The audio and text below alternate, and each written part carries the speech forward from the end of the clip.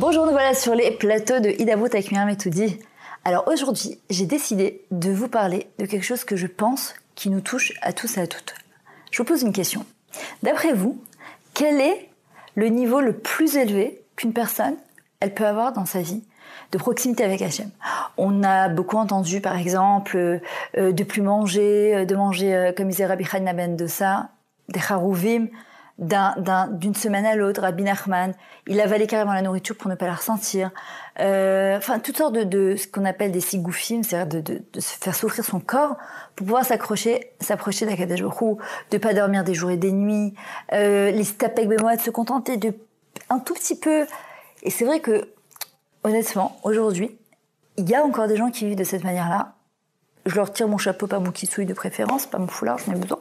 Mais je respecte, et heureusement, c'est évident que ce sont certainement les 36 tzadikim de ce monde qui sont cachés et qui vivent de telle manière que le monde y tient grâce à eux.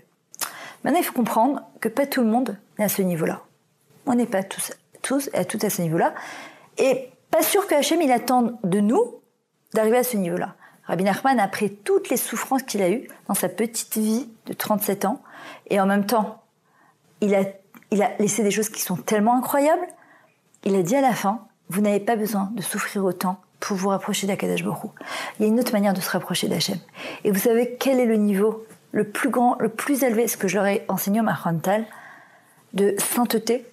Le Chovat Alevavot, il dit Sha'ar Ahava, la porte de l'amour. Vous verrez aujourd'hui que dans toutes les chansons, dans les séries, dans les films, dans toutes les je t'aime, tu m'aimes, t'es parti, je suis revenu, tout tourne autour de l'amour. C'est-à-dire que quand on aime, Ahava Mechaseh al Peshav, on pardonne. Quand on aime, on compte pas.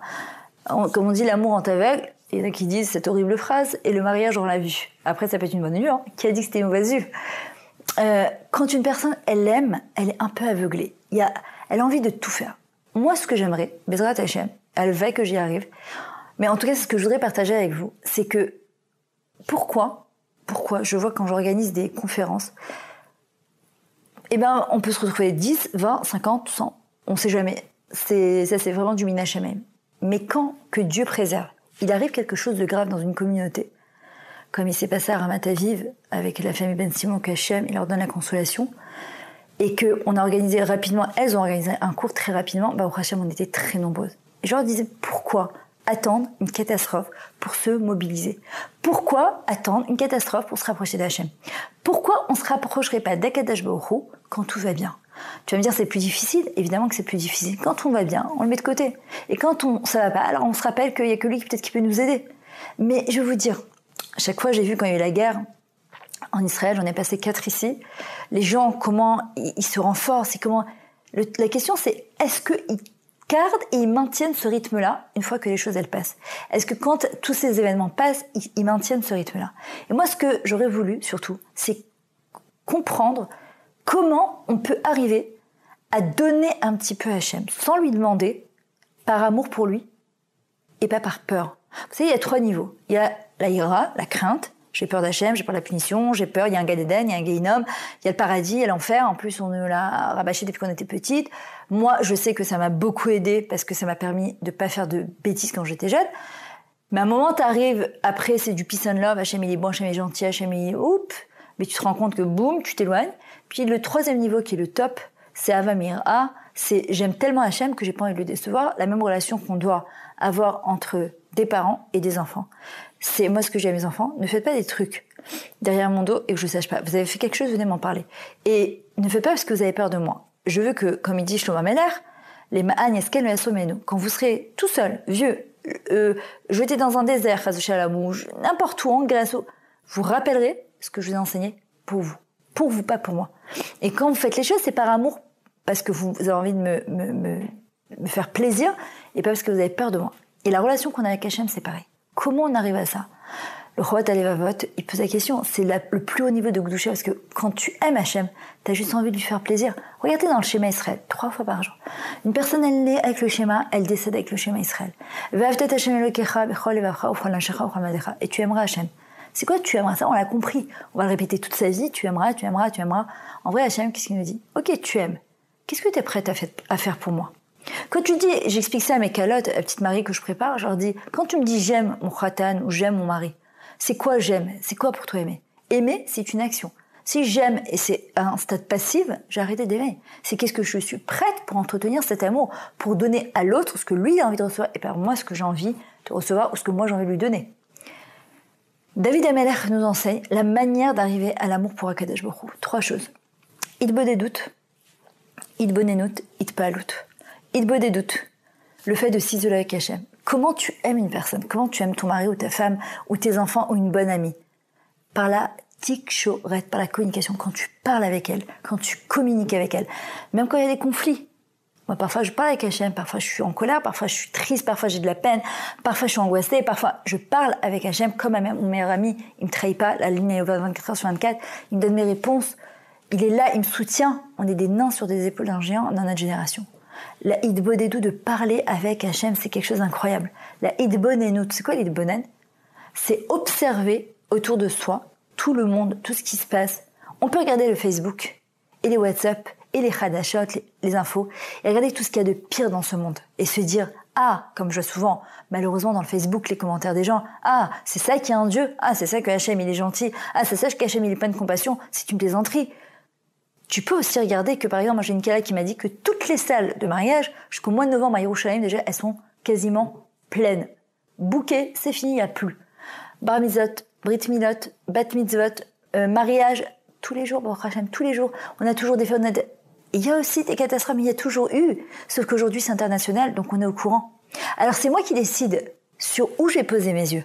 Sur Akadosh Baruch Hu, sur toutes les beautés de ce monde, les fleurs, les naissances, un coucher de soleil sur la mer, le fait d'habiter en Eretz Israël, d'être juif, Baruch Hashem, d'avoir un but, ou sur toutes les catastrophes du monde. Et évidemment, ça justifie le fait que je peux m'éloigner d'Akadosh Baruch Hu. Et la troisième chose, la hitpa'alut. Ce que la hitpa'alut, David Ameller, il était en extase. Ma rabou ma'asecha Hashem. Ma rabou ma'asecha Hashem. Quand une personne, elle observe, elle regarde tout ce qui se passe autour d'elle, elle est en extase devant Akadosh Baruch Hu. Elle se dit, waouh, quand tu as un enfant par exemple, un enfant qui se développe dans le ventre de sa mère, normalement, regardez aujourd'hui avec toute cette technologie, en même temps c'est magnifique, tu vois tout en 3D, mais en même temps franchement, c'est affolant. Un cas sur 2, elle sort de l'échographie, on lui dit, il y a un problème dans la nuque, c'est un trisomique, il y a un problème de cœur, il y a un problème... Avant, il n'y avait pas tout ça. Les femmes, elles priaient et elles espéraient que Bezrat Hashem, le bébé, est en bonne santé. Alors, c'est vrai que parfois, ça nous permet, Baruch Hashem, de prévenir beaucoup de choses grâce à Dieu. Mais quand tu as un bébé qui sort en bonne santé, un bébé qui sort du ventre, mais c'est la chose la plus belle au monde, c'est tellement merveilleux. Un bébé qui se développe, pourquoi on est tellement gaga? Que ce soit le premier, le deuxième, le troisième. Une dent qui est sortie. Vous vous rendez compte que d'une gencive, une dent qui sort. Des yeux qui voient, des oreilles qui entendent. Le fait de parler les premiers sons, moi j'ai mon petit-fils de mamie, papi. Mais t'es waouh! Et tu veux dire, ok, ouais. Et alors? Non, on sait que c'est pas et alors. On le sait très bien. De voir tous ces arbres pousser. Moi, je suis arrivée il y a 24 ans en Israël. Comment je vois Israël, comment il s'est développé, c'est merveilleux. Et quand t'es mitpa elet, quand t'es en extase devant ce qu'Hachem il fait, alors forcément, qu'est-ce que ça te crée? De la hodaya. Le remerciement. Et la hodaya, c'est l'essence même du Yehudi, du juif. Le premier mot qu'un juif dit le matin, c'est moda. Je te remercie Hachem. Je te remercie. Sur quoi? Sur la vie que tu m'as donnée. C'est quoi Ani? Anne, c'est la direction. Sur mon moi. Pourquoi je suis venue sur terre? Et quand tu es plein de remerciements, 1, ça amène plein de Yeshua, plein de délivrance. 2, forcément, quand tu remercies, tu aimes le chaliar, c'est-à-dire la personne qui est intermédiaire, et tu aimes celui qui a créé la chose qui s'appelle Hachem. Et David Ameller, avec tout ce qu'il a vécu pendant 28 ans, et même après, il a su, on aurait pu appeler son livre « Les malheurs de David » sans aucun problème. Il a vécu pour tout l'âme Israël. Tu peux retrouver tes réponses dans les Télim. Mais David Ameller, sa force, c'est qu'il a su transformer toutes ces difficultés en quoi? En Teila la Hachem, en louange pour Hachem. Une personne qui fait ça, qu'est-ce qu'elle fait? Elle finit par aimer Akadosh Baruch Hu dans son quotidien. Et quelqu'un qui aime, il a envie de donner. Donc, je terminerai en vous posant cette question. Comment je vais faire quand tout va bien pour faire plaisir à Hachem? De me rapprocher de lui, de me renforcer un petit peu pour tout le chesed, toutes les bontés qu'il me fait dans mon quotidien malgré les difficultés. À très bientôt.